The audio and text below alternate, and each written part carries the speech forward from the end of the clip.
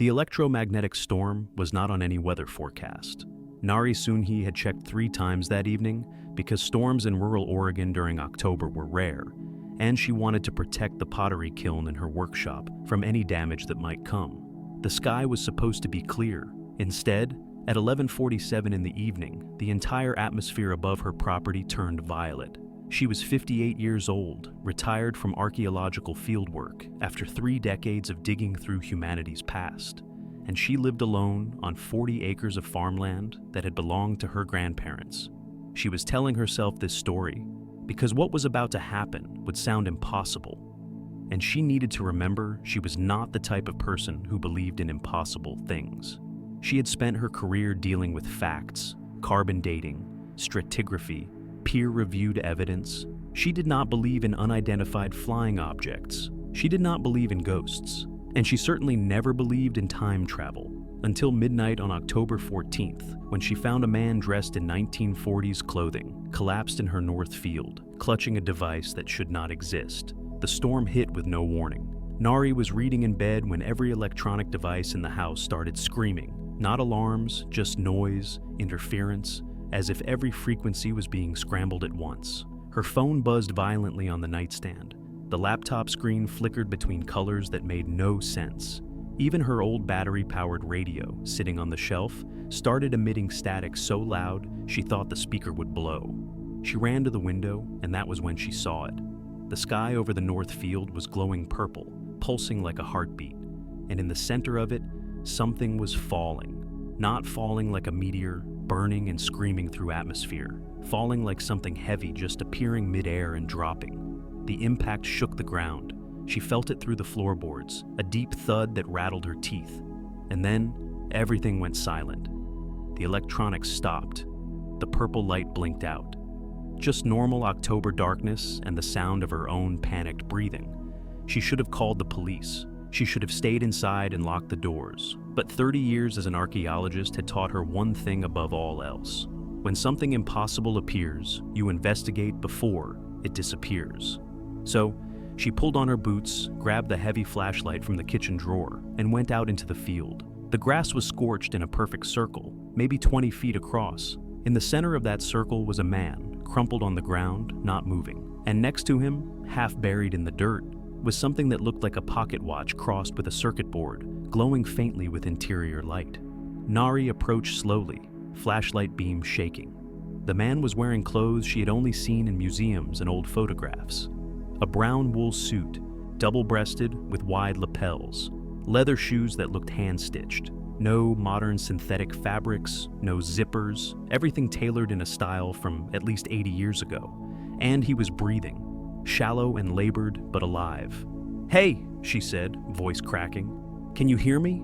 His eyes opened, dark brown, unfocused, confused. He tried to sit up and gasped in pain, clutching his left side. She could see blood seeping through the wool fabric. "Don't move," she said, dropping to her knees beside him. "You're hurt. I'm going to call for help." His hand shot out, gripping her wrist with surprising strength. "No," he said, voice hoarse but urgent. "No authorities. Please. You don't understand what will happen if they find me." She stared at him. His accent was strange, American but formal, with pronunciation patterns that sounded outdated. "You're bleeding. You need a hospital. I need time," he said. "Just time, and someone who can help me repair this." He gestured weakly to the device lying in the dirt. "Please, I know how this looks. I know you have no reason to trust me. But if you call anyone, everything I've worked for, everything I've discovered, it all disappears." She should have called anyway. Every rational part of her brain was screaming at her to get help, to involve professionals, to not bring a mysterious bleeding stranger into her home. But there was something in his eyes. Desperation, yes, but also intelligence. And beneath that, a kind of profound weariness she recognized because she had seen it in her own reflection for years. The look of someone who had lost something irreplaceable and was still searching. "Can you walk?" she asked finally. He nodded, teeth gritted against pain. She helped him up. He was lighter than he looked, and he leaned heavily on her shoulder as they made their slow way across the field toward the house. She went back for the device, scooping it up carefully.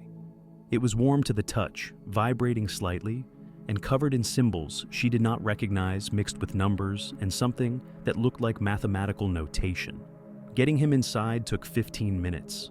She settled him on the couch in the living room, brought towels and her first aid kit, helped him out of the jacket. The wound was a deep gash along his ribs, not life-threatening but bad enough that it needed attention. "I can stitch this," she said, threading the needle from the kit. "But I'm not a doctor. This is going to hurt, and you really should get professional treatment." "I've had worse," he said quietly. "Do what you can." She worked in silence, stitching the wound closed with hands that were steadier than she expected. Years of delicate excavation work made her good with precision tasks. He barely flinched, just stared at the ceiling, breathing slowly. When she finished, she cleaned the blood, applied antibiotic ointment, wrapped his ribs with gauze. Then she sat back and looked at him properly. Late 30s, maybe 40. Dark hair, strong features, and those eyes that seemed to carry decades more experience than his face suggested. "Okay," she said. "Now you tell me what the hell is going on. Who are you? Where did you come from? And what is that thing?" She pointed to the device, now sitting on her coffee table, still glowing faintly. He was silent for a long moment. Then he said, "My name is Marcus Reeve. I'm a temporal historian from the year 2187. That device is a personal chronometer, the technology that allows me to observe the past. And I'm here because 3 hours ago, while studying an event in your time period, my equipment malfunctioned and I became physically displaced into this timeline." She stared at him. Then she laughed, short and bitter. "You're insane. That's what this is. You're having some kind of mental breakdown and I just brought you into my house." "I understand your skepticism," Marcus said calmly. "If someone told me the same thing, I'd react the same way. But I can prove it, not with words, with evidence. Give me a chance to show you." "Show me what?" "A science fiction prop and a costume don't prove anything." He gestured to the chronometer. "Pick it up. Look at it closely. Use your archaeological training. Examine the materials, the construction. Tell me if you've ever seen anything like it." She hesitated, then picked up the device. It was heavier than it looked, dense, made from something that felt like metal, but was not any metal she recognized. The surface was smooth, almost frictionless, and the symbols etched into it were impossibly precise. No tool marks, no manufacturing imperfections. Inside, through a transparent section, she could see components that looked organic and mechanical simultaneously. Circuits that pulsed like veins. "This could be advanced current technology," she said, even as doubt crept into her voice. "Some classified military project." "Could it?" Marcus asked. "You've handled artifacts from dozens of historical periods. You know materials. You know manufacturing techniques. What does your expertise tell you about that object?" She turned it over in her hands, examining every detail. And the truth was, she had never seen anything like it. The precision was beyond current manufacturing capability. The materials were wrong. The design language was utterly foreign. If this was a hoax, it was the most sophisticated hoax ever created. "Let's say I believe you're from the future," she said slowly. "Why are you here? Why were you observing my time period?" Marcus's expression darkened. "Because something happened in the early 21st century. Something that changed the entire trajectory of human civilization. And by my time, almost all records of it have been destroyed. We call it the Forgetting. A global event in 2089 where humanity deliberately erased most of its own history from the 2020s through the 2080s. 98% of all digital records, all physical archives, all evidence of what happened during those decades was systematically destroyed." Nari felt something cold settle in her stomach. "That's impossible. Why would humanity erase its own history?" "That's what I'm trying to discover," Marcus said. "Temporal historians like me, we piece together fragments. We observe what we can from the timeline before the forgetting occurred. And what we've found suggests that something was discovered in your era, something so significant, so threatening to existing power structures, that the only solution was to wipe it from collective memory." "What kind of discovery?" "I don't know yet. That's what I was researching when my chronometer malfunctioned. I was observing an event scheduled to occur in 2031, 10 years from your present. A research facility, a breakthrough about human consciousness. But the closer I got to the actual moment, the more interference I encountered, as if something was actively preventing observation. And then, the displacement happened. She set the chronometer down carefully. Her hands were shaking. This is insane. You're asking me to believe that I'm living in the time period right before some apocalyptic knowledge erasure? Not apocalyptic, Marcus corrected. Controlled, deliberate. People in 2089 chose to forget. They volunteered for memory modification. They participated willingly in the destruction of their own history. That's what makes it so horrifying. It wasn't forced on them. They wanted it. Nari stood up, pacing the room. I need coffee, or something stronger. This is too much. I know, Marcus said quietly. And I'm sorry. I never intended to involve you, but my chronometer is damaged. Without it, I'm stranded here, and eventually, the temporal authorities will trace the displacement signature and retrieve me. And when they do, everything I've discovered will be confiscated and classified. This is my only chance to find the truth. She stopped pacing and looked at him. What do you need? Your help. The chronometer's quantum core is fractured. I can repair it, but I need specific materials and a workspace. I've been observing your property. You have a workshop with tools, raw materials. And more importantly, you have knowledge. Your archaeological training means you understand how to work with delicate, complex systems. Together, we might be able to fix it. And if we do, then I can show you what I've discovered. I can prove everything I'm telling you. And maybe, just maybe, we can figure out what the forgetting is really about before it's too late to stop it. She looked at the chronometer, glowing softly on her coffee table. She looked at Marcus, injured and desperate. And she thought about 30 years spent excavating the past, trying to understand who we were so we could understand who we are. If what he was saying was true, if humanity really did erase its own history, then everything she had dedicated her life to was ultimately futile, unless someone stopped it. Okay, she said finally, I'll help you. But if you're lying to me, if this is some elaborate con, I will make you regret it.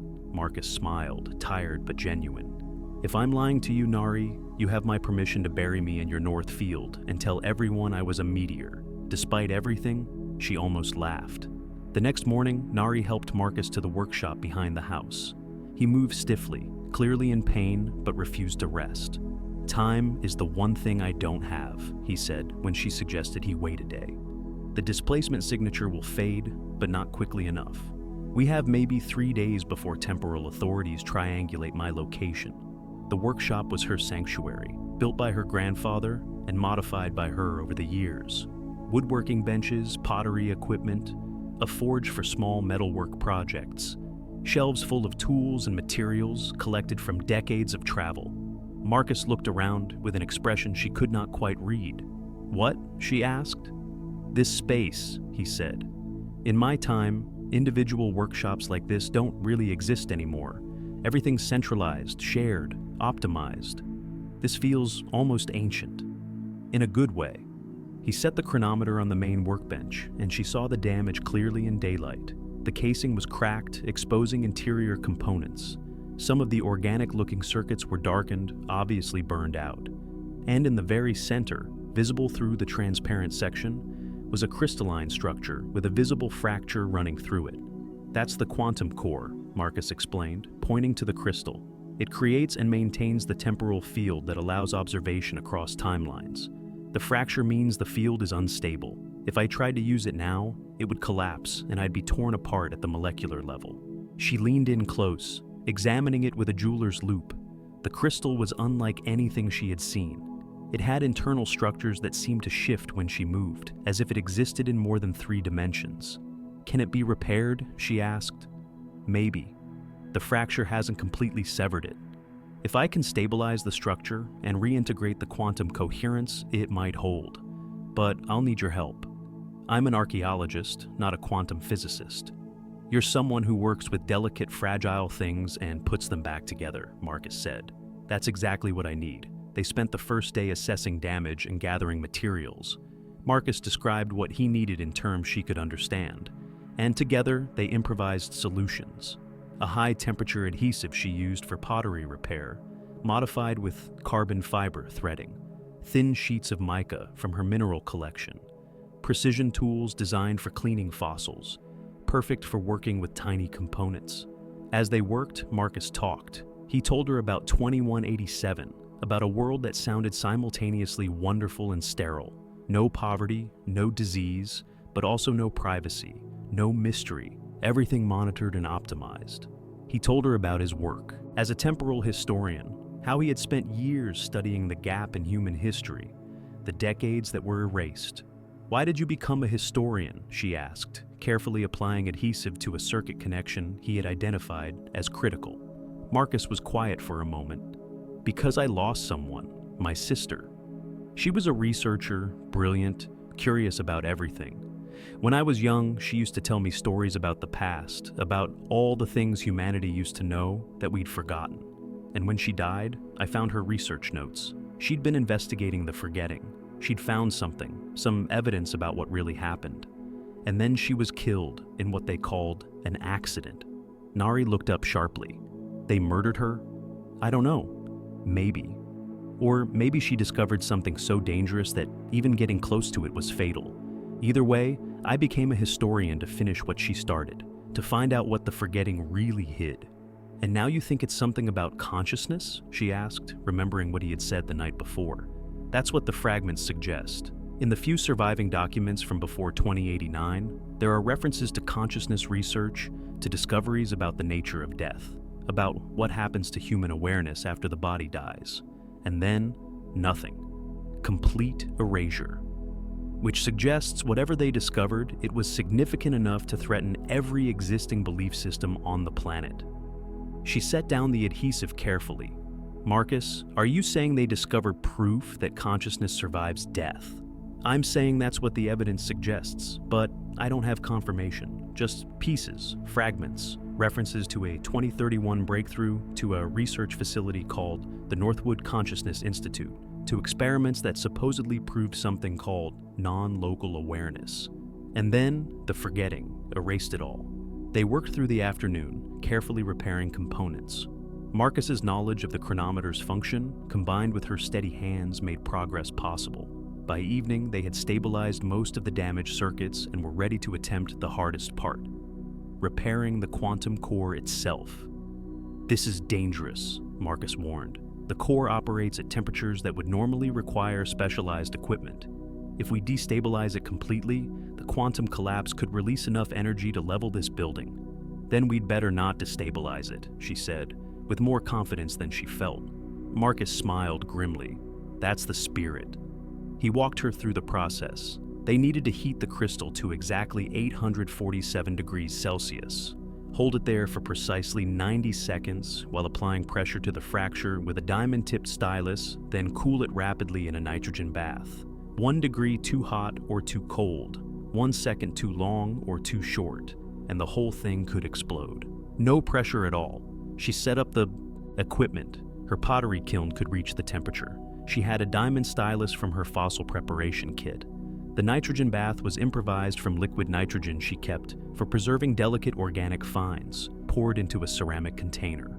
"Ready?" Marcus asked. "Absolutely not," she said, "but let's do it anyway." They placed the core in the kiln. She watched the temperature gauge like her life depended on it, because it probably did. 500 degrees, 650, 780. The crystal began to glow, first red, then orange, then a brilliant white. 847, she said. "Now." Marcus opened the kiln with heat-resistant tongs, transferred the crystal to the workbench. She positioned the stylus at the fracture point and applied pressure. The crystal resisted, then slowly, impossibly slowly, the fracture began to close. 30 seconds, 60. The glow intensified. Her hands were shaking. 90 seconds, Marcus said. "Now!" She dropped the crystal into the nitrogen bath. It hissed violently, steam erupting. For a terrifying moment, she thought it would shatter. Then the glow faded, the hissing stopped, and there it was. Whole, intact, the fracture sealed. They both exhaled simultaneously. "Did it work?" she asked. Marcus picked up the crystal carefully, examined it. Then he smiled, the first genuine smile she had seen from him. "It worked. The quantum coherence is restored. We did it, Nari." She sat down heavily on a stool. "Good. Because I'm not sure my heart could handle doing that twice." Marcus began reassembling the chronometer, carefully placing the repaired core back into its housing. Tomorrow, I'll run diagnostics, make sure everything's functional, and then, if you're willing, I'll show you what I've discovered, the fragments I've collected about the forgetting, the recordings I made before the displacement. You deserve to see the truth. She looked at him, this impossible man from an impossible future, working with impossible technology. Marcus, let me ask you something. If the forgetting really happens, if humanity really does erase this era from history, what's the point of knowing? What can we possibly do about it? He stopped working and met her eyes. I've asked myself that question every day for 10 years, and here's what I've concluded. The forgetting succeeded in my timeline because people didn't know it was coming. They were caught off guard. But if someone knows, if someone is prepared, if someone can preserve the knowledge that's supposed to be erased, then maybe, just maybe, the timeline changes. Maybe the forgetting fails, and maybe humanity gets to keep its history. You're talking about changing time itself. I'm talking about preventing a tragedy, Marcus said quietly. And yes, that might change everything, but the alternative is letting billions of people lose their past without even knowing what they've lost. I can't accept that. Can you? She thought about her career, about all those years, digging up humanity's forgotten history, preserving it, protecting it. If the forgetting happened, everything she had worked for would be erased too. Every artifact carefully excavated, every site painstakingly documented, gone, as if it never mattered. No, she said finally. I can't accept that either. Then we're in this together. Character count, 7,391. That night, Nari could not sleep. She kept thinking about what Marcus had said. A global erasure of history in 2089, people volunteering to forget. What could possibly be so dangerous, so threatening, that humanity would choose collective amnesia? She got up, made tea, stood by the window looking out at the north field where Marcus's chronometer had crashed. And she thought about consciousness, about death, about the fundamental questions humanity has asked since the beginning. What happens when we die? Is there something beyond? Do we persist in any form? If someone proved the answer, really proved it with scientific evidence, what would that do to the world? Religions would be challenged. Governments that relied on fear of death to maintain control would lose that power. The entire structure of civilization might shift. Maybe that was what the forgetting was really about, not hiding a discovery, hiding the implications of that discovery. The next morning, Marcus ran diagnostics on the chronometer. She watched as symbols and numbers scrolled across the transparent surface, as the device hummed and glowed with interior light. After an hour, he looked up with relief. It's functional, not perfect, but functional enough. I can access my archived recordings, though I won't be able to make new observations until I return to my time and get proper repairs. Show me, she said. Show me what you found about the forgetting. Marcus hesitated. Nari, once you see this, you can't unsee it. Once you know, you'll carry that knowledge for the rest of your life. Are you sure? She thought about her daughter, Emma, about how she died at 19 in a car accident 20 years ago, about how she had spent 2 decades wondering if she still existed somewhere, somehow, or if death really was just the end, about how desperately she wanted to know. I'm sure, she said. Marcus activated the chronometer. The air in the workshop began to shimmer and distort, and then, floating in the space between them, a 3-dimensional image formed. So real, so detailed, she could have sworn she could touch it. It showed a date, March 15th, 2089, a location, Geneva, Switzerland, and a scene that made her blood run cold. Thousands of people, maybe tens of thousands, lined up outside a massive building. They were not being forced. They were waiting patiently, calmly, some even smiling. Above the building, a sign in multiple languages. Historical Reconciliation Center. Memory Modification Services. This is the first day of the forgetting, Marcus said quietly. What you're seeing is people volunteering to have their memories of the past 60 years erased and replaced with approved historical narratives. She watched as families entered the building together. She watched as they emerged hours later, looking dazed but peaceful, and she felt sick. Why? She whispered. Why would they choose this? Marcus touched the chronometer and the image shifted. Now, it showed a news broadcast from several months earlier. The date, November 2088. A reporter stood in front of what looked like a government building, speaking urgently into a camera. Following yesterday's emergency session, the Global Council has voted 157 to 12 in favor of the Historical Knowledge Protection Act. Under this unprecedented legislation, all records, research, and data related to consciousness persistence, post-mortem awareness, and non-local identity preservation will be classified and sealed. Additionally, the Council has authorized voluntary memory modification programs for any citizen who wishes to have their knowledge of these subjects removed. The image shifted again, protests in major cities worldwide, but not protests against the erasure, protests demanding it, signs reading things that made her stomach turn. Ignorance is peace. Protect us from truth. We don't want to know. Marcus's voice was heavy. Do you understand now? They weren't forced. They begged for it. Whatever was discovered about consciousness, whatever proof they had that awareness persists after death, it terrified people so profoundly that they chose to forget it ever existed. She was shaking. But why?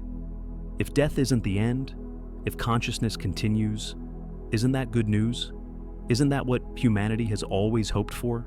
You'd think so, Marcus said. But I've studied this for a decade, and here's what I've concluded. Hope and certainty are very different things. Hoping for an afterlife is comforting.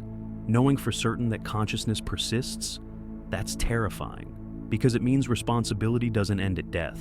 It means your choices matter eternally. It means there's no escape, no final rest, just continuation. And for many people, that was too much to bear. The holographic display shifted one more time. Now, it showed a document, partially corrupted, but still readable. A research paper title, Definitive Evidence of Persistent Non-Local Consciousness. Results from the Northwood Institute Experiments, March 2031. That's it, Marcus said. That's what I was observing when my chronometer malfunctioned. The moment this research was published, the moment everything changed. But I never got to see what the actual discovery was. Just that it happened, and it was significant enough to trigger the forgetting 58 years later. She stared at the document, at those few visible words. Can you access the full research? Can you show me what they actually discovered? Marcus shook his head slowly. The file is too corrupted in my archives, and the temporal interference around that specific date is too strong to observe directly. It's as if someone or something is actively preventing access to that information. Even decades after the forgetting, even in my time, that knowledge is still being protected. Then, how do we find out the truth? Marcus looked at her intently. That's the question I've been asking myself, and I think I have an answer. But you're not gonna like it. Try me. He took a deep breath. The chronometer, even damaged, can do more than just show recordings. It can detect consciousness signatures, quantum imprints that persist in the field even after biological death. If the Northwood Institute really did prove that consciousness survives, I should be able to demonstrate it. I should be able to show you direct evidence that awareness persists beyond physical termination. Her heart was pounding. You're saying you can prove there's life after death? I'm saying I can detect and potentially communicate with persistent consciousness signatures, yes, if they exist, if the Northwood research was correct. But it requires using the chronometer in a way it wasn't designed for, pushing it beyond safe parameters. And it requires you to give me someone to look for, someone you've lost, someone whose consciousness signature I can attempt to detect. Emma. He was asking her if she wanted to try to contact her daughter, who died 20 years ago. She felt tears she had been holding for 2 decades suddenly threatening to break free. If you're wrong, if there's nothing there, then we know the Northwood research was false. The forgetting was based on a mistake, and none of this matters, Marcus finished. But if I'm right, Nari, if I can show you proof, then you'll understand exactly why humanity chose to forget. Because knowing for certain changes everything. She looked at the chronometer, glowing softly on the workbench. She thought about Emma, about all the unanswered questions, about 20 years of grief built on the assumption that she was simply gone, and she made her choice. Do it, she said. Show me if she's still there. Show me if my daughter still exists. Marcus nodded slowly. Then tomorrow morning, we'll attempt contact. And whatever we discover, Nari, whether it's something wonderful or something terrible, we discover it together. Character count, 7,468. She did not sleep that night either. How could she? Tomorrow morning, Marcus was going to attempt something that should be impossible. He was going to try to detect her daughter's consciousness, to prove that some part of her still existed 20 years after her body died, in a car accident on Highway 26. She spent the hours before dawn going through old photo albums. Emma at 5, gap-toothed and laughing. Emma at 12, holding her first-place science fair trophy. Emma at 18, the day she left for college, so full of life and possibility. And then nothing. Because 6 months later, a drunk driver crossed the center line on a rainy November night, and her daughter was gone. Or was she? That was the question that had haunted her for 2 decades. That was the question Marcus claimed he could answer. At dawn, she found him already in the workshop, preparing the chronometer. He had rearranged the space, clearing the center, positioning the device on a stand he had improvised from workshop materials. Around it, he had placed what looked like sensors, small devices that pulsed with the same soft light as the chronometer itself. "Couldn't sleep either?" he asked when she entered. "Would you be able to?" He smiled sadly. "No. I haven't slept well since my sister died. Every night I wonder if she's still out there somewhere, aware, waiting. And every morning I wake up not knowing." "But you've never tried this before? Never attempted to detect her consciousness?" Marcus shook his head. "The equipment required is too sophisticated, too closely monitored. This chronometer has observation capabilities, but what we're about to do is beyond its design specifications. I've never had the opportunity or the desperation to push it this far, until now." She sat down on the stool beside the workbench, watching him make final adjustments. "Walk me through it. How does this work?" Marcus gestured to the chronometer. "Everything that exists leaves a quantum signature. Physical objects, energy fields, thoughts, emotions, consciousness itself. Most signatures fade quickly after the source is gone, but consciousness is different. According to theoretical frameworks we've developed in my time, consciousness doesn't originate in the brain. The brain is more like a receiver, tuning into a non-local field of awareness that exists outside space-time. Like a radio picking up a signal, exactly. When the body dies, the radio stops working. But the signal, the consciousness itself, continues broadcasting. It just needs a different kind of receiver to detect it." "And that's what this does?" she asked, looking at the chronometer. "In theory, yes. The chronometer can detect quantum fluctuations across temporal boundaries. If I modify the sensitivity and tune it to the specific frequency range where consciousness signatures should exist, we might be able to detect your daughter's awareness." "Might?" "I've never done this before," Marcus admitted. "This is completely experimental. It might work perfectly, it might work partially, or it might not work at all. There's also a chance that pushing the chronometer this far could damage it permanently. And if it damages, then I'm stranded here. No way home, no way to continue my research. Everything I've worked for, gone." She looked at him carefully. "Why would you risk that for me? You barely know me."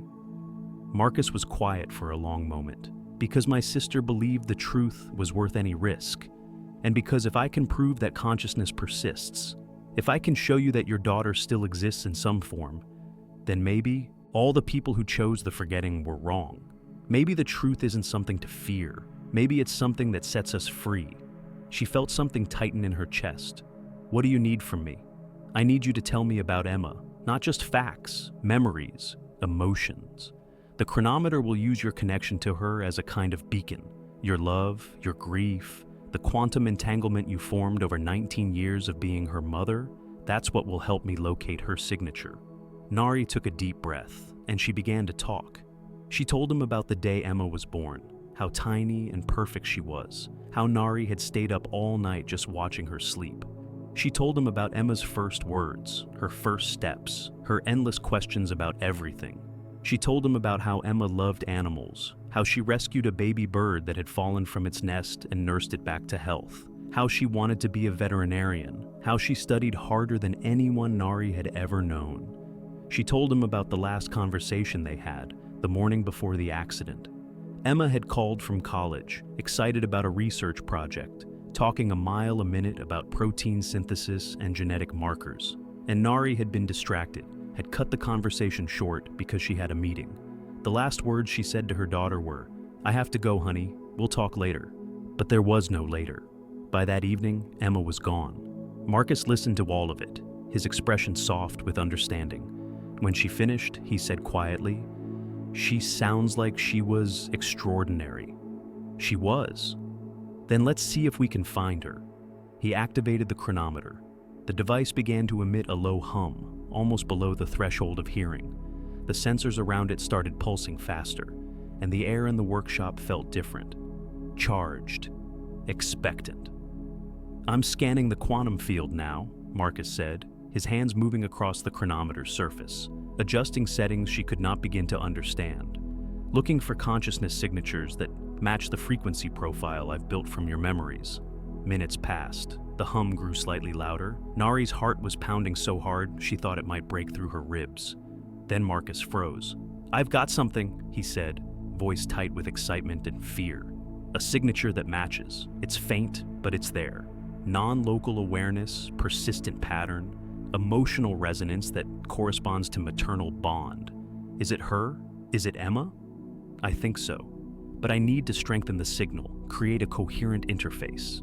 This is going to take every bit of power the chronometer has left. Do it." Marcus made a final adjustment. The chronometer flared with brilliant light. The air in the center of the workshop began to shimmer, distort, and then something appeared, not solid, not quite there, but present. A shape made of light and shadow, a presence that felt unmistakably real. And Nari heard a voice, soft and familiar, coming from everywhere and nowhere at once. "Mom?" Nari's breath caught in her throat. For 20 years, she had dreamed of hearing that voice again. For 20 years, she had replayed every memory, every conversation, desperately trying to hold on to the sound of it. And now, it was here. "Emma?" she whispered. The shimmering presence in the center of the workshop seemed to solidify slightly, taking on a vague human shape. Not detailed, not clear, but recognizable in a way that bypassed rational thought and went straight to the heart. "Mom, it's me. I can't believe this is working. I can feel you there." Marcus stepped back, giving Nari space. His expression was one of wonder and validation. This was real. This was happening. Nari moved closer to the presence, hands trembling. "How is this possible?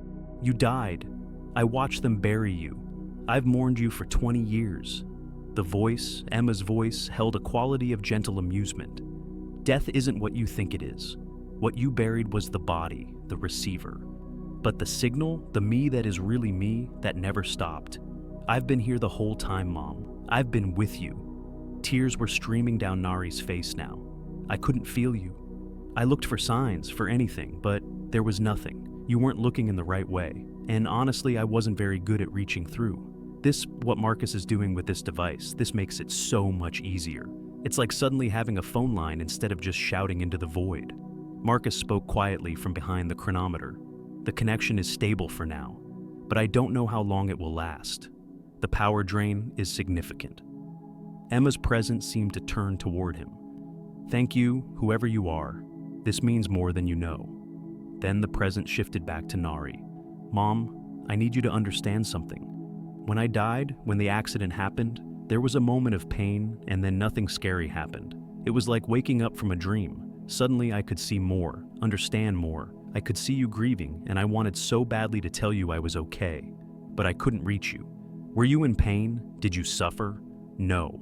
It was fast. And then it was over. And then it was different. Different how? The presence seemed to consider how to explain. Imagine you've been looking at the world through a tiny keyhole your whole life, and suddenly the door opens and you can see everything. That's what it was like. I could see the patterns, the connections. I could understand things that made no sense when I was limited to that one perspective." Nari wiped her eyes, trying to process this. "So, there's no heaven, no hell, no judgment? Not the way religions describe it. There's awareness, continuous and expanding. There's understanding that grows. There's connection to everything and everyone. And there's responsibility, because you carry your choices with you, not as punishment, but as understanding. You see the ripples of everything you did, good and bad. And you learn," Marcus interrupted gently. Emma, can I ask you something? In the year 2031, scientists at a place called the Northwood Institute are supposed to prove what you're describing. Do you know anything about that? The presence brightened slightly. Oh, that, yes. They figure it out. They build equipment kind of like what you're using now, but more refined. And they prove it. They show the world that consciousness is non-local, that death is a transition, not an ending. It's beautiful work. And how does the world react? The presence dimmed. Not well. At first, people are excited. Then they start really thinking about what it means. No escape, no final rest. Eternal responsibility for your choices. Eternal awareness of the consequences. For some people, that's liberating. For others, it's the most terrifying thing they can imagine. Nari found her voice again. And that's why the forgetting happens? Because people can't handle the truth? Partially. But it's also about power. When people know they don't truly die, they become much harder to control. Fear is the most powerful tool governments have. Take away fear of death, and you take away most of their control. So, the people in power, they orchestrate the forgetting. They convince people that ignorance is better, that some truths are too heavy to carry.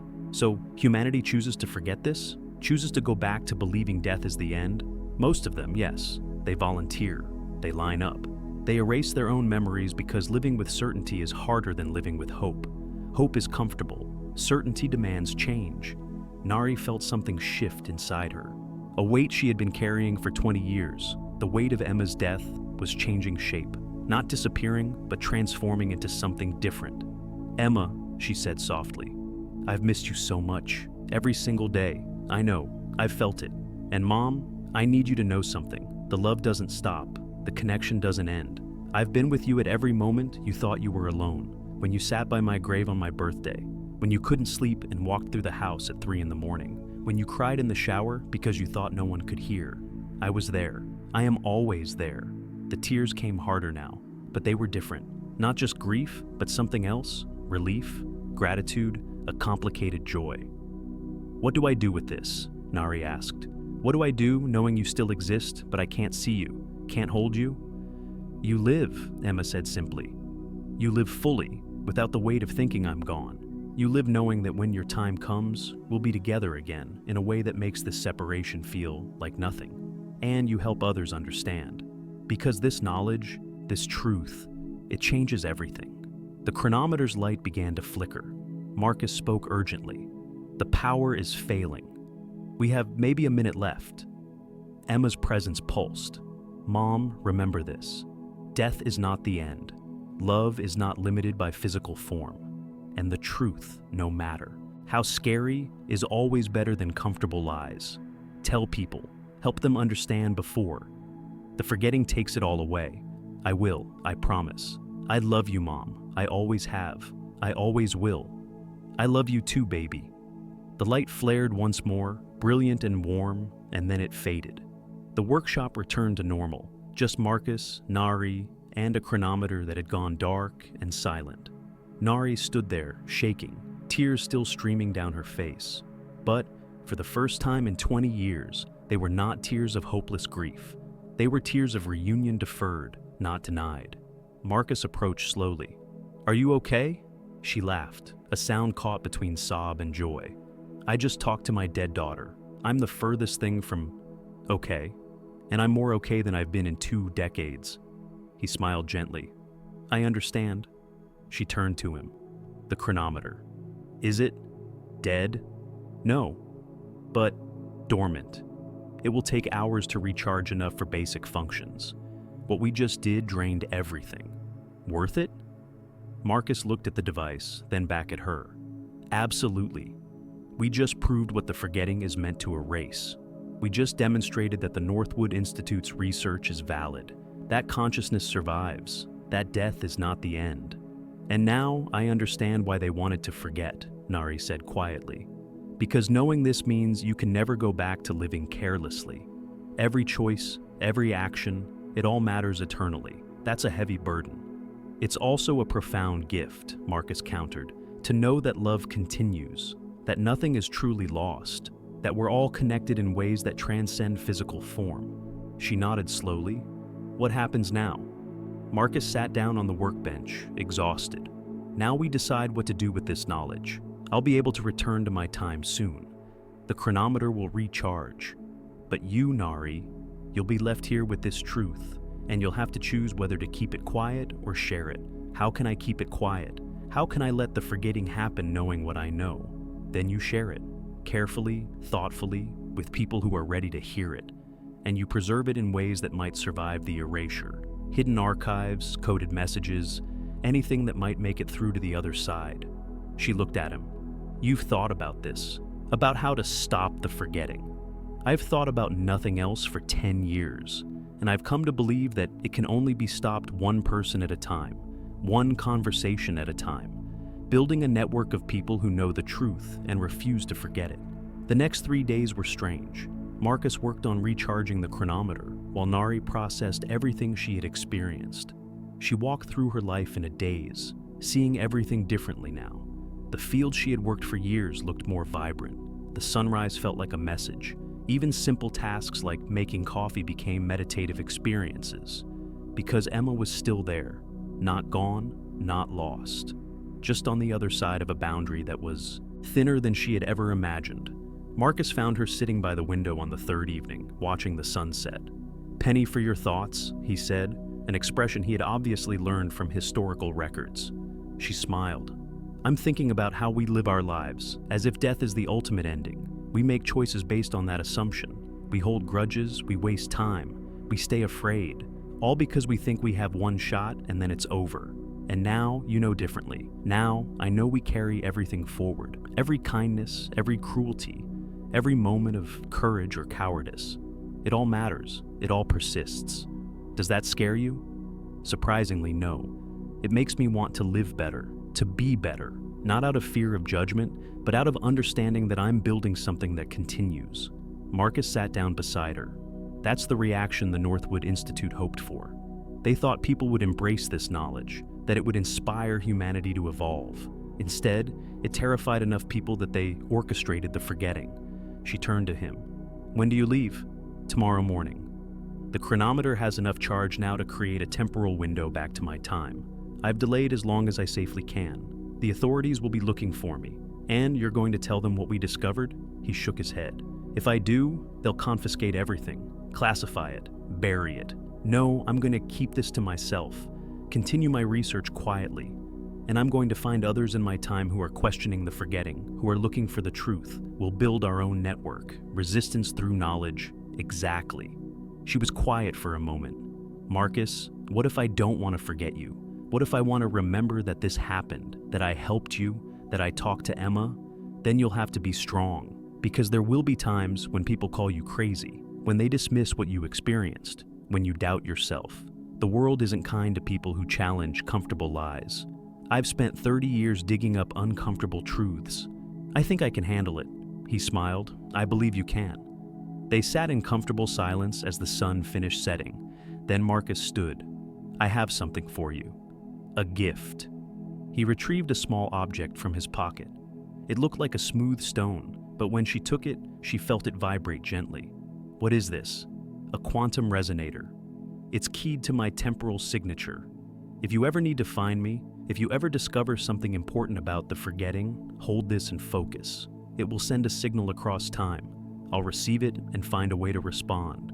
She closed her hand around it, feeling its warmth. "Thank you. For everything. For showing me the truth. For giving me back my daughter, even if just for a few minutes. Thank you for helping me when you had every reason to turn me away. For believing something impossible. For having the courage to face the truth." That night, she barely slept again. But this time, it was not from anxiety or grief. It was from a sense of anticipation, of purpose, of understanding that her life was about to change in ways she could not yet fully comprehend. At dawn, Marcus prepared for departure. They stood in the north field, the same place he had crashed 3 days earlier. The chronometer was active, glowing with that familiar internal light, creating a shimmer in the air that hurt to look at directly. "The window is open," he said. "I have about 5 minutes before it collapses." She nodded, not trusting herself to speak. Marcus took her hands in his. "Nari Sunhee, you are braver than you know. What you do with this knowledge in the years to come will matter. It might even be the thing that prevents the forgetting from succeeding. Trust yourself, trust the truth, and never let anyone convince you that comfortable lies are better than difficult facts. I won't. He smiled, then stepped back toward the temporal window. Will I ever see you again? She asked.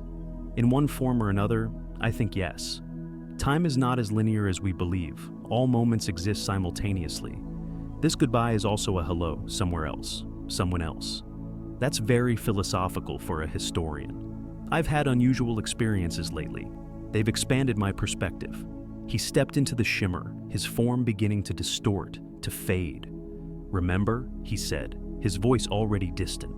The truth is worth protecting, and you are not alone. There are others who will know, who will understand. Find them, build with them. Preserve what the forgetting tries to erase. I will. I promise. And then he was gone. The shimmer collapsed, the light faded, and Nari stood alone in the field under the morning sky. But she did not feel alone. She could feel Emma's presence, gentle and constant. She could feel Marcus's confidence in her, echoing across time. And she could feel something else, something new. Purpose. She walked back to the house, made coffee, sat at her kitchen table with a notebook and pen, and she began to write. Everything that had happened, every detail she could remember, the crash, the repair, the holographic recordings, the conversation with Emma. She wrote for hours, filling page after page. When she finished, she made copies. She encrypted digital files and stored them in multiple locations. She wrote physical letters and sealed them in waterproof containers, burying them in her field. She was building an archive, a record that might survive the forgetting, if it came. And she began to reach out, carefully, quietly, to old colleagues from her archaeological work, to researchers she had met over the years, to people who seemed open-minded, curious, willing to question official narratives. She did not tell them everything at first, just hints, breadcrumbs, enough to gauge interest, to find those who might be ready for the larger truth. And slowly, over weeks and then months, she found them. A physicist who had been researching quantum consciousness. A hospice nurse who had witnessed too many deathbed phenomena to dismiss them. A philosopher who questioned the materialist paradigm. A former government scientist who had seen classified research on non-local awareness. One by one, she connected them. One by one, they formed a network. 3 months after Marcus's departure, Nari stood in front of a small group gathered in her living room. 7 people, all carefully vetted, all ready to hear what she had to share. She told them everything. About the time traveler from 2187. About the forgetting that was supposed to erase nearly 70 years of human history. About the Northwood Institute and their proof that consciousness persists after death. And about her conversation with Emma. When she finished, there was silence. Then Dr. James Chen, the physicist, spoke. I've been researching quantum consciousness for 15 years. Everything you just described aligns with theoretical frameworks we've been developing, but I've never had proof, never had evidence this concrete. And you believe her? Asked Maria Santos, the hospice nurse. You believe time travel is real? That she talked to her dead daughter? I believe the evidence, James said. The materials she's shown us, the knowledge she has that she shouldn't have access to, the consistency of the narrative. Either she's telling the truth, or this is the most elaborate hoax ever created. And I don't think it's a hoax. The others murmured agreement. Nari looked at each of them. So, the question is, what do we do? If the forgetting is coming in 2089, we have 68 years. How do we preserve this knowledge? How do we prevent it? David Morrison, the former government scientist, leaned forward. We need multiple approaches. First, hidden archives, physical and digital, distributed globally, encrypted, designed to survive deliberate erasure attempts. Second, we need to continue research. If we can reproduce the Northwood Institute's results independently, we'll have our own proof. Third, we need to expand the network. Find more people who are ready for this truth. Build a community that can't be easily silenced. And fourth, Maria added quietly, we need to prepare people emotionally. Because knowing that consciousness persists is overwhelming. We saw what happened in Marcus's timeline. People couldn't handle it. They chose to forget. We need to help people integrate this knowledge in a healthy way. Nari nodded. I've been thinking about that. The truth is only terrifying if you're not prepared for it. If we can help people understand gradually, if we can show them that eternal awareness doesn't mean eternal suffering, it means eternal growth, then maybe they won't run from it. Over the following weeks, the group developed a plan. They would operate in secrecy, at least initially, building archives, conducting research, expanding the network.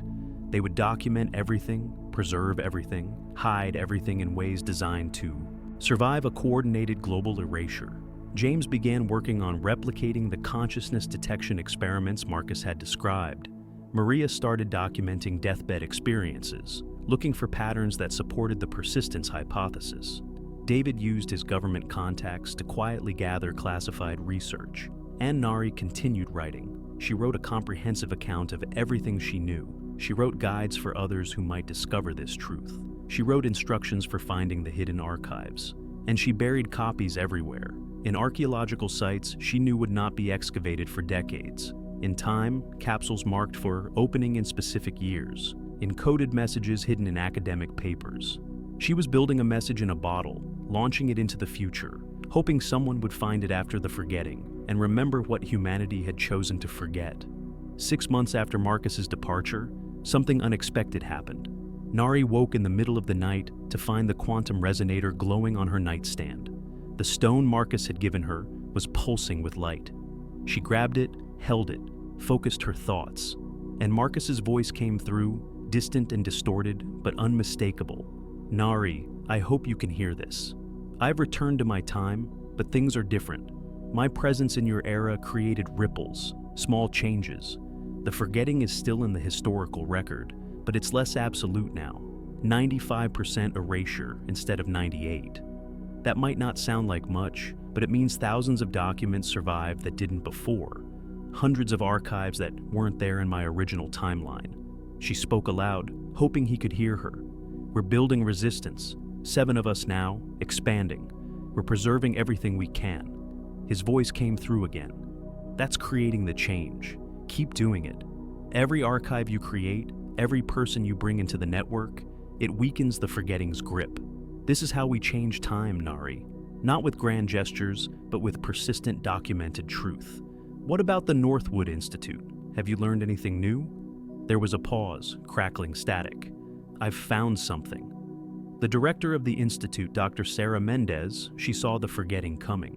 She encrypted the core research and hid copies. "But I haven't found them yet. I think she left clues in your time period, knowing someone like you might look. Check archaeological sites in New Mexico. Petroglyphs dated to 2032. I think she encoded messages there." The signal began to fade. "Marcus? Marcus, are you there?"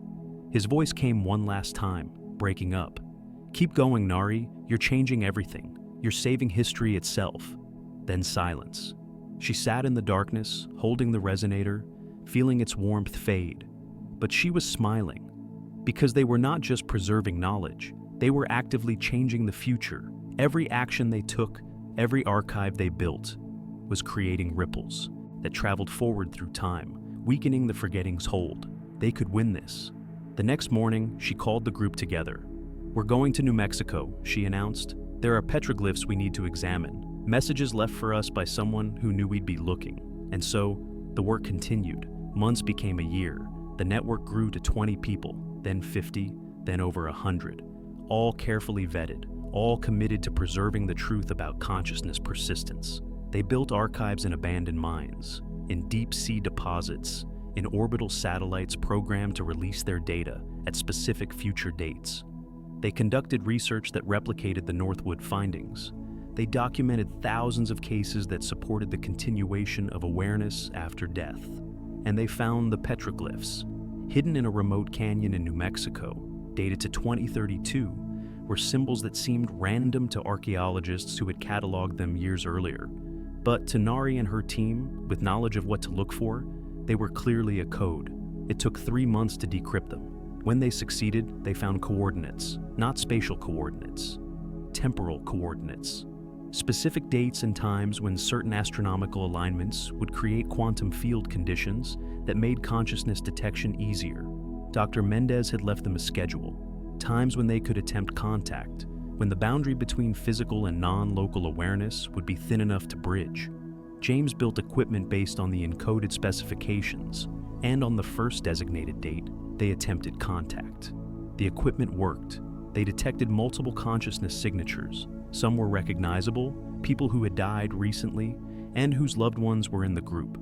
Others were unknown, just presences in the field, and one was different from all the others, a signature that felt deliberately structured, carrying information rather than just existing.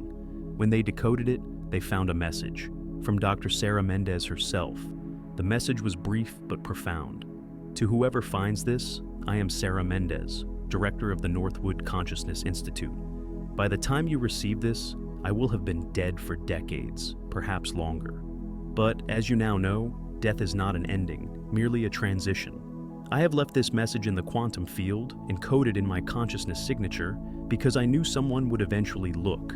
The research we conducted at Northwood proved definitively that awareness persists after biological death. We proved that consciousness is non-local, that it exists in a quantum field that transcends space and time. We proved that every thought, every emotion, every choice leaves an indelible imprint on this field. We thought the world would celebrate this discovery. We thought it would unite humanity, remove the fear of death, inspire people to live more consciously and compassionately. We were wrong. The discovery terrified people. Not because it was false, but because it was true, because it meant there was no escape from consequence, no final rest, no way to avoid the weight of your choices. For many, that was unbearable. The governments and institutions that relied on fear to maintain control saw an existential threat. People who understood they were eternal would not stay controlled. People who knew death was a transition would not fight wars for temporal power. People who understood their consciousness persisted would make very different choices. So they orchestrated the forgetting. They convinced people that some knowledge was too dangerous.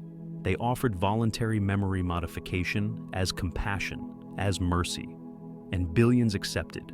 They lined up to forget. They chose comfortable ignorance over difficult truth.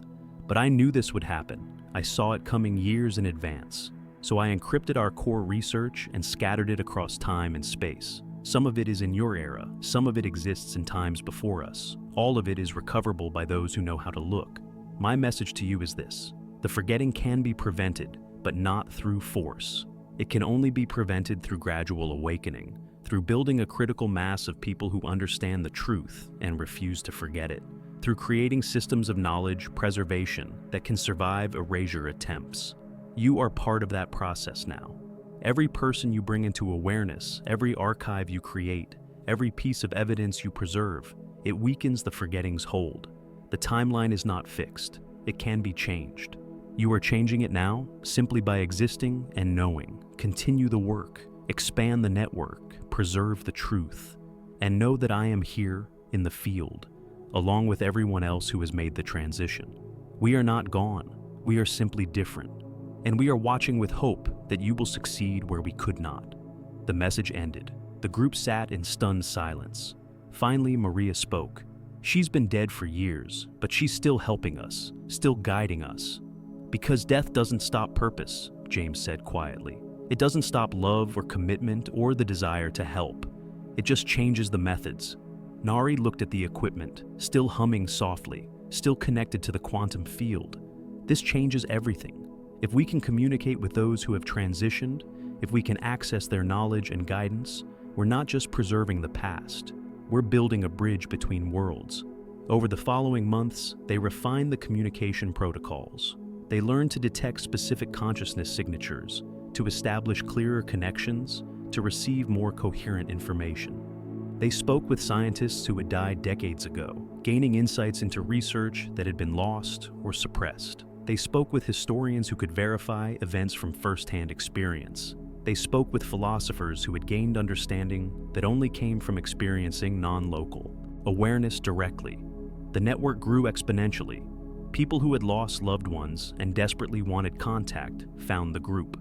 Researchers who had hit dead ends in consciousness studies joined. Former skeptics who experienced undeniable evidence converted. Within 2 years, the network numbered in the thousands. And they had built something unprecedented, a distributed archive of human knowledge and consciousness research that spanned the globe. Physical sites, digital repositories, quantum field encodings, all designed to survive the forgetting, if it came. They had also built something else, equally important. A community of people who understood the truth and were living differently because of it. People who made choices with awareness that those choices mattered eternally. People who showed compassion because they understood all consciousness was connected. People who feared death less and lived life more fully. They were demonstrating that the truth was not something to fear. It was something that set you free. 3 years after Marcus's departure, Nari received another message through the quantum resonator. The forgetting has changed. In my original timeline, it was absolute, comprehensive, unquestionable. But in the timeline I'm observing now, it's fragmentary. Only 70% erasure.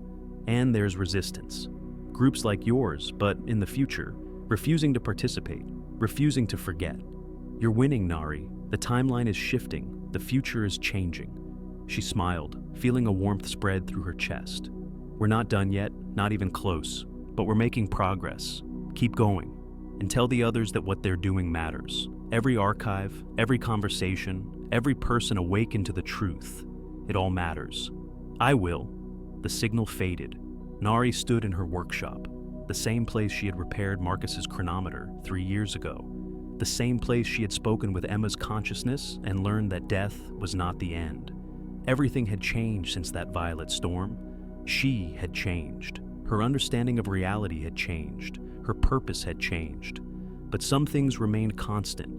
Her commitment to truth, her dedication to preserving knowledge, her love for her daughter, which persisted across the boundary between physical and non-local existence, and her certainty that what they were doing, this network of people preserving consciousness research and building resistance to the forgetting, would matter. It had to matter. Because the alternative, allowing humanity to deliberately forget its own discovery that awareness persists, was unthinkable. She picked up her pen and continued writing in the journal she kept, a record of everything they had done, everything they had learned, everything they planned to do. A message to the future, written in the present, informed by the past. Time was not linear. Marcus had taught her that. All moments existed simultaneously. This journal she was writing now would be read decades or centuries from now by someone who needed its guidance, just as she had needed Marcus's guidance when he crashed in her field, just as she had needed Emma's reassurance that death was not an ending, just as the network needed Dr. Mendez's encoded messages left in the quantum field. They were all connected across time, all working toward the same goal, preventing the forgetting, preserving the truth, helping humanity understand that consciousness was eternal, that choices mattered, that love persisted beyond physical form, and they were succeeding. The timeline was changing, the future was being rewritten. The forgetting was weakening with every person who learned the truth and refused to forget it. Nari thought about the violet storm that had brought Marcus to her field 3 years ago, about how impossible it had seemed, about how she almost had not helped him, and she realized that every choice mattered. Every decision created ripples that spread through time. Every act of courage, every embrace of truth, every refusal to accept comfortable lies. It all changed everything. She was not just an archaeologist anymore, digging up the past. She was a guardian of the future, protecting knowledge that would matter to generations yet to come. She was a bridge between worlds, connecting physical and non-local awareness. She was a mother who had learned that love transcended death. And she was a woman who had looked impossible truth in the face and chosen to believe it, to live it, to share it. The work would continue, the network would grow, the archives would multiply, the truth would spread. And the forgetting, that terrible event that erased nearly 70 years of human history in the original timeline, would be prevented, not through force, not through grand gestures, but through quiet persistence, through documented truth, through a network of people who knew consciousness was eternal and refused to forget it. 5 years after the violet storm, Nari stood before a gathering of 300 people. The network had grown beyond her wildest expectations. They met twice a year now, in locations carefully chosen for their remoteness and security. This meeting was in Iceland, in a geothermal research facility that one of the network members had access to. The perfect cover for a gathering that would otherwise seem suspicious. She looked out at the faces before her. Scientists and artists, doctors and teachers, people from 20 different countries, all united by their knowledge that consciousness persisted after death, all committed to preventing the forgetting. "We've accomplished something extraordinary," she began. "5 years ago, this was just me and 6 others in my living room. Today we are 300. In 5 more years, if we continue at this rate, we'll be thousands. In 10 years, tens of thousands." James Chen stood up. "But is that enough? The forgetting happens in 2089. That's 63 years from now. How? Many people do. We need to reach to create critical mass. How many to prevent it entirely?" Nari had thought about this question constantly. "I don't know the exact number, but Marcus told me something before he left.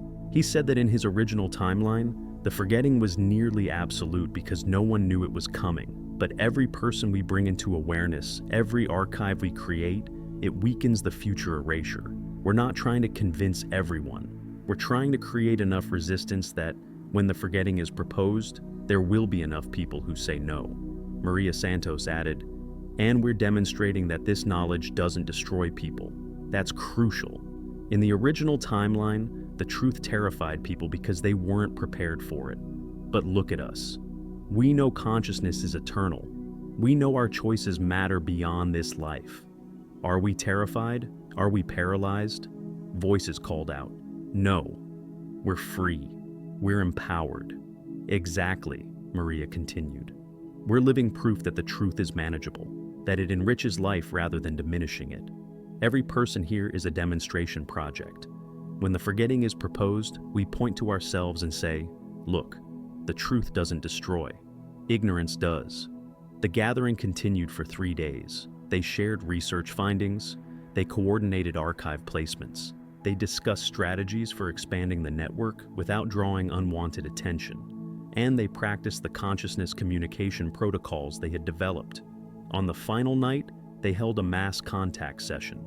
300 people, all focusing together, using the equipment James had refined over 5 years of work. The quantum field lit up with signatures. Loved ones who had died. Historical figures whose consciousness signatures were detectable. And others, presences that were unidentified but clearly aware, clearly present. Among them, Nari felt Emma. Her daughter's consciousness had a warmth, a familiarity that was unmistakable. And for the first time in 5 years, Emma's presence felt strong enough to communicate clearly. "Mom, I'm so proud of you. Look what you've built. Look what you've created." Tears streamed down Nari's face. "We're trying, baby. We're trying to prevent the forgetting, to keep the truth alive. You're doing more than that. You're changing what it means to be human. You're showing people that death is not something to fear, that consciousness is not limited to one lifetime, that love truly is eternal. This is the evolution humanity needs. Will it be enough? Will we prevent the forgetting?" Emma's presence pulsed with something that felt like gentle amusement. "Mom, you're thinking about this wrong. The forgetting is not a fixed event. It's a probability that collapses based on the choices people make. Every person you bring into awareness reduces the probability.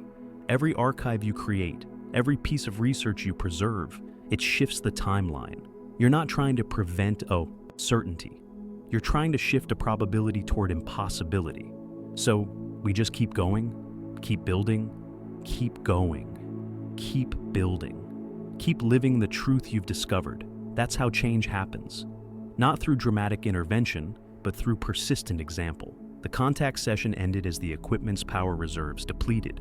But everyone had felt it, that sense of connection, of presence, of awareness that transcended physical limitation. They were not just a network of living people anymore. They were a community that spanned both sides of death's boundary, the living and the transitioned, working together toward a common goal. Over the next year, the network continued to expand. They developed new methods for spreading awareness without triggering the kind of institutional opposition that might accelerate the forgetting. They created educational materials disguised as fiction, novels and films that presented the truth as speculation, planting seeds in people's minds without triggering defensive reactions. They established foundations and research institutes that studied consciousness from scientific perspectives, publishing papers in peer-reviewed journals, building academic credibility slowly and carefully. They created encrypted digital archives distributed across thousands of servers worldwide, designed to survive electromagnetic pulses, solar flares, coordinated deletion attempts. They created physical archives in locations chosen for geological stability, some buried deep underground, others in remote areas unlikely to be disturbed for centuries. And they created quantum field archives, consciousness signatures encoded with information, accessible only to those who knew how to detect them. They were building redundancy upon redundancy, ensuring that even if the forgetting happened, some knowledge would survive. But more importantly, they were changing hearts and minds. Every person who learned the truth and integrated it healthily was a vote against the forgetting. Every person who lived without fear of death, who made conscious choices knowing they mattered eternally, who showed compassion because they understood all consciousness was connected, they were all living demonstrations that the truth was not something to hide. 7 years after the Violet Storm, Nari received an unexpected visit. She was working in her garden when a temporal shimmer appeared above the north field. Not as dramatic as Marcus's arrival, but unmistakable. A woman stepped through, wearing clothes that marked her as being from the future, though not as far as Marcus's time, maybe mid-21st century. She walked toward Nari with purpose. "Nari Sunhee?" she asked. "That's me. And you are?" "Dr. Sarah Mendez. Or rather, a younger version of the woman whose consciousness signature you've been communicating with. I'm from 2042, 11 years from your present, and I came back to meet you, to thank you." Nari stared. "You're the director of the Northwood Institute." Sarah nodded. "I will be in 4 years, but I'm here now because I needed you to know something. The work you've been doing, the network you've built, it changes everything. In my original timeline, the one I came from, the forgetting was inevitable. But I've been monitoring temporal fluctuations, and your timeline is diverging from mine. The forgetting is becoming less probable with every month that passes. Because of what we're doing, because of what you started. You took in a desperate time traveler when you could have turned him away. You believed something impossible when every rational instinct told you not to. You built a network dedicated to preserving truth that most people find terrifying, and that changed everything. Will it be enough? Will we prevent it? Sarah smiled. I can't tell you that. Revealing too much about the future could create paradoxes. But I can tell you this. Keep going. Keep building. Keep spreading the truth. What you're doing matters more than you can possibly imagine. Can you tell me anything about what's coming? About the Northwood Institute? Sarah considered carefully. In 4 years, I'll be invited to direct a new consciousness research facility. The funding will seem to come from private sources, but actually, it's being arranged by network members in positions of influence. People you've brought into awareness over the past 7 years. The Institute doesn't exist by accident. It exists because you created the conditions that made it possible. Nari felt something shift in her understanding.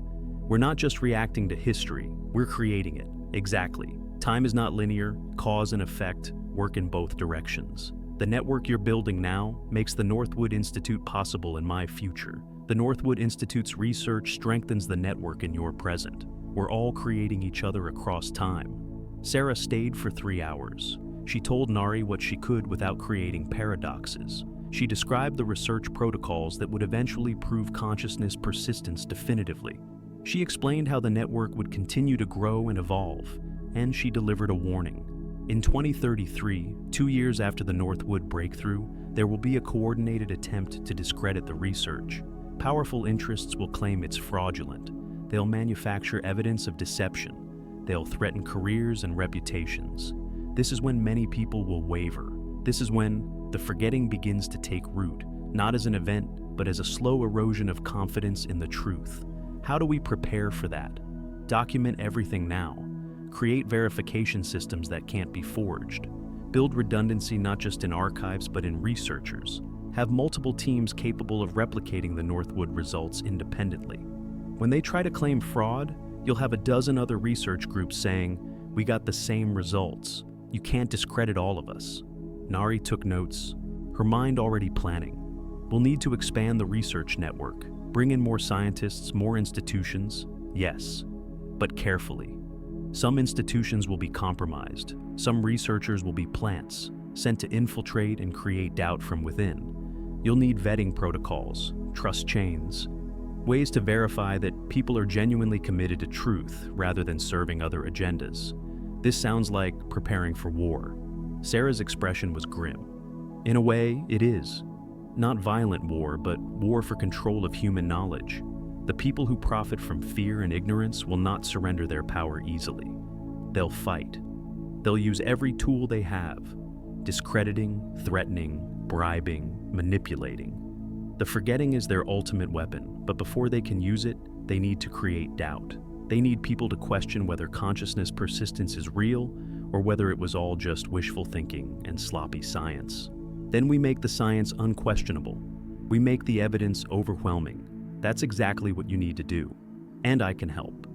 I brought something with me. Sarah handed Nari a small crystalline data storage device. This contains all of the Northwood Institute's research protocols, methodologies, and results. In my timeline, this data was lost during the forgetting, but with it, you can give research teams the exact roadmap for replicating our work. You'll cut years off the development time. Nari held the device carefully. Won't this create a paradox? If I give this to researchers before the Institute exists, won't that change how the Institute develops? Sarah smiled. You're still thinking linearly. The Institute exists because this device exists. I brought it back because you gave copies to research teams who eventually contributed to the Institute's formation. Cause and effect loop. No paradox, just temporal consistency. My head hurts. Welcome to temporal mechanics. It never stops being confusing.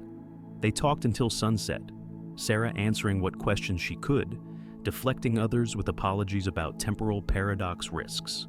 When the light began to fade, she prepared to leave. One more thing, she said. In 11 years, you're going to face a choice. Someone will offer you a chance to have your memories of all of this erased. To forget Marcus, forget Emma's message, forget the network, everything. The offer will be tempting, because by then, you'll be exhausted. The work will have taken its toll. You'll wonder if ignorance really would be easier. And what do I choose? Sarah smiled. You're Nari Sunhee. You've spent your whole life digging up truth that was buried. You don't choose comfortable lies. You choose difficult facts. But I wanted you to know it's coming. So you're prepared. Thank you. For coming back. For helping. Thank you for starting this. For having the courage to believe something impossible. Sarah stepped back toward the temporal shimmer. Keep going, Nari. Keep building. And know that in the future, you're creating. Consciousness research becomes the foundation of a new understanding of what it means to be human. Death becomes a transition we prepare for rather than fear. People live with awareness that their choices matter eternally, and the forgetting. That terrible erasure that consumed nearly 70 years of history in my original timeline becomes nothing more than a footnote, a close call, a tragedy that was averted because one woman in rural Oregon chose to help a desperate time traveler, and then she was gone. The temporal shimmer collapsing behind her. Nari stood in the field, holding the crystalline data device, watching the stars emerge as darkness fell. She thought about everything that had happened since the Violet Storm 7 years ago. About Marcus's crash, the chronometer repair, the conversation with Emma. About the network growing from 7 people to thousands. About archives being built across the globe and across time. About the future being changed, one choice at a time. She walked back to the house, already planning how to use Sarah's gift. The research protocols would be distributed to trusted teams. They would begin replication studies immediately. By the time the Northwood Institute officially formed, there would already be confirming evidence from dozens of independent sources. The discrediting attempt Sarah had warned about would fail because the truth would be too well established, too thoroughly documented, too widely replicated to dismiss. Over the following years, that's exactly what happened. The network grew to tens of thousands. Research teams on 6 continents replicated the consciousness persistence findings. The evidence became overwhelming. Peer-reviewed papers were published. Academic conferences were held. The truth spread through legitimate scientific channels. And something else happened that no one had quite predicted. People began to change how they lived. Not everyone, not even most people, but enough. Enough people understood that consciousness persisted, that choices mattered beyond this lifetime, that love and connection transcended death. And those people lived differently. They showed more compassion because they understood all consciousness was fundamentally connected. They made more conscious choices because they understood the consequences extended beyond physical death. They feared less because they understood death was a transition rather than an ending, and others noticed. Slowly, gradually, the culture began to shift. The network didn't need to convince everyone. They just needed to demonstrate that knowing the truth led to better, fuller, more conscious living. 10 years after the Violet Storm, Nari received another message from Marcus through the quantum resonator. The timeline has changed fundamentally. The forgetting in my era has gone from 98% erasure to less than 20%. And it's no longer a coordinated global event. It's scattered, local, unsuccessful. Most historical records from your era survive. Most of the consciousness research is preserved. You did it, Nari. The network did it. The timeline shifted. She felt tears of relief and joy. So it's over, we won, not over, never over. Truth requires eternal vigilance. There will always be those who profit from ignorance, who try to hide knowledge, who prefer comfortable lies to difficult facts. But the critical mass has been achieved. The network is too large, the evidence too distributed, the cultural shift too profound to reverse. The forgetting as a global erasure event has been prevented. What about you? What happens in your timeline now? I'm a historian in a world that has almost complete historical records. I can study the early 21st century directly instead of piecing together fragments. I can see how humanity navigated the consciousness crisis, how the network prevented the forgetting, how people learned to live with the truth of their own eternal nature. I can see your work, Nari, every archive you built, every person you brought into awareness. It's all there, preserved, studied, celebrated. So, we're part of history now. You're the foundation of a new era, the woman who met a time traveler and changed the future, the archaeologist who excavated truth from ignorance, the mother who learned death was not an ending and dedicated her life to sharing that knowledge. Yes, you're part of history, a crucial part. The signal began to fade. Thank you, Marcus, for crashing in my field, for trusting me, for showing me the truth. Thank you for believing something impossible, for having the courage to face what most people run from, for building something that echoes across time and then silence. Nari sat in her workshop, the same place this had all begun 10 years ago. She was 68 now. Her hair was silver, her hands showed age, but her purpose remained clear. The network no longer needed her constant involvement. It had grown beyond any one person, but she continued to contribute, continued to write, continued to preserve and document. Because the work was never finished. Truth always needed guardians. Knowledge always needed protection. But the immediate crisis had passed. The forgetting had been prevented. The future had been changed. She thought about Emma, whose death had left such a hole in her life 28 years ago, whose consciousness signature she could now detect whenever she wished, whose presence remained a constant comfort. Death had not taken her daughter. It had only changed the form of their relationship. She thought about all the people in the network who had learned the same truth. Thousands of families reunited across death's boundary. Thousands of people living without the paralyzing fear of mortality. She thought about the future being built, one choice at a time. A future where death was understood as transition, where consciousness was recognized as eternal, where people lived with awareness that their choices mattered beyond this single lifetime. 15 years after the Violet Storm, Nari stood before the largest gathering the network had ever assembled. Over 5,000 people filled the converted aircraft hangar in rural Montana, not far from where Marcus had first crashed. The network had achieved something extraordinary. Consciousness research was now mainstream science. Universities offered courses in non-local awareness studies. Hospitals employed specialists in death transition counseling. The truth that had once seemed impossible was now widely accepted, and the forgetting, that terrible erasure that had consumed 70 years of human history in the original timeline, had been prevented entirely. Nari was 73 now, white-haired and dignified, respected as the founder of a movement that had changed human civilization. But she felt the weight of age, the toll of 15 years of constant work. This would be her last major address. She had decided to step back, to let younger voices lead. Her work was done. She looked out at the crowd and began to speak. 15 years ago, a man appeared in my field at midnight. a time traveler from a future where humanity had erased its own history. He showed me something that seemed impossible. He showed me that death was not an ending, that consciousness persisted, that everything we believed about mortality was incomplete.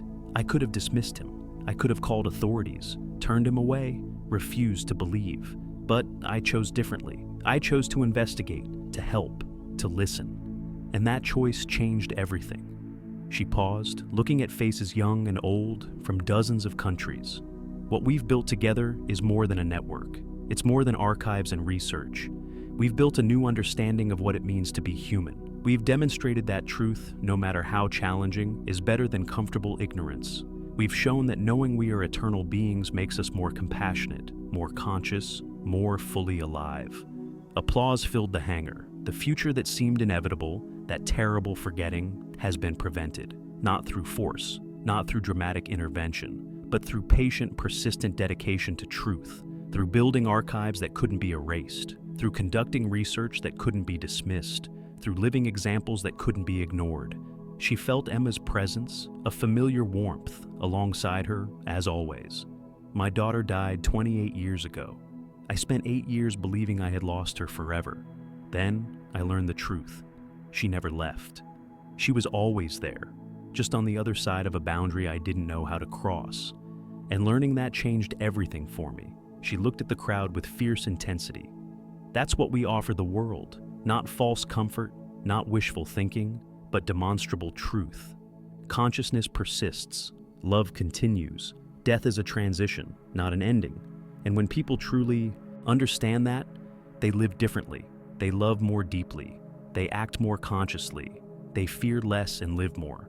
More applause, some tears visible in the crowd. I'm stepping back after today. Younger voices will lead this movement forward, but I want to leave you with this. The work is never finished. Every generation will face those who prefer ignorance, who profit from fear, who want to hide truth for their own benefit. You must be eternally vigilant. You must continue building, preserving, demonstrating, teaching. Because what we've prevented once can resurface. The forgetting may have been averted in this timeline, but the impulse behind it, the desire to escape from difficult truth, that remains. Every person must choose again and again whether to face reality or hide from it. She felt the weight of years, the exhaustion of decades of work. Choose truth, choose consciousness, choose love, and teach others to make the same choice. That's how we honor those who've transitioned. That's how we build a future worth living. That's how we ensure that what we've accomplished here survives long after we've all made our own transitions. The crowd stood, applauding, some weeping openly.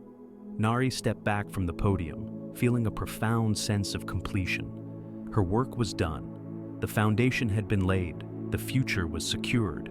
That evening, alone in her hotel room, she felt the quantum resonator pulse. She picked it up, knowing who it would be. Marcus's voice came through clearly. I watched your speech. Even across time, I watched it. And I want you to know something. In the historical records of my era, you're remembered as the woman who prevented the forgetting, the archaeologist who excavated truth from ignorance, the mother who learned death was not an ending and spent the rest of her life teaching others the same lesson. You're listed among the most influential figures of the 21st century, right alongside the scientists who proved consciousness persistence, the philosophers who integrated that knowledge into new ethical frameworks, the teachers who helped people learn to live with eternal awareness. You changed history, Nari. Literally, the timeline I exist in now is fundamentally different from the one I came from. And it's better, immeasurably better. She smiled, tears streaming down her face. I just helped a desperate stranger repair his broken device.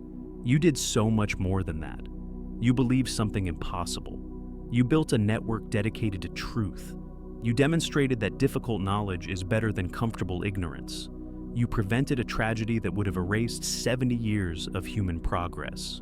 Will I see you again? She asked. Marcus was silent for a moment. When you transition, when you experience death as the passage it truly is, I'll be there, along with Emma and everyone else you've loved. We're all connected across time and awareness.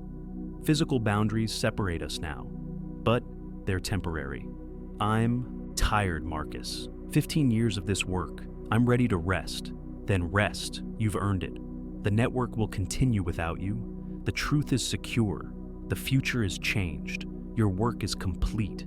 Thank you for everything, for showing me the truth, for trusting me with it. Thank you for being someone worth trusting, for being brave enough to believe, for being strong enough to build. You're extraordinary, Nari Sunhee, and you always have been. The signal faded. Nari sat in silence, feeling a peace she hadn't known in years. She thought about the violet storm 15 years ago, about the impossible visitor who had changed everything, about Emma's message that death was not an ending, about the network growing from 7 people to thousands to millions, about the future being saved, one choice at a time. She slept deeply that night, peacefully, without dreams, and when she woke, she knew with absolute certainty that when her own time came to transition, she would face it without fear. Because death was not an ending, it was a beginning, a passage, a transformation into something greater, and everyone she had ever loved would be waiting on the other side. 3 years later, Nari Sunhee died peacefully in her sleep at the age of 76. The network she had founded numbered in the millions. The truth about consciousness persistence was accepted scientific fact. The forgetting had been prevented entirely, and in the quantum field, her consciousness signature joined billions of others. Emma was there, welcoming her mother home. Marcus was there, greeting the woman who had changed history. Sarah Mendez was there, thanking the woman who had made her research possible. They were all there, all connected, all aware, all eternal. And somewhere in the physical world, in a field in rural Oregon, a violet storm appeared at midnight. A temporal shimmer formed, and someone new stepped through. Because time was not linear, because cause and effect worked in both directions, because the work of preserving truth was eternal, and because there would always be someone willing to investigate the impossible, to believe the unbelievable, to build networks of truth against ignorance. The cycle continued, the work went on, the future remained unwritten, and consciousness, eternal and vast, observed it all with patient awareness.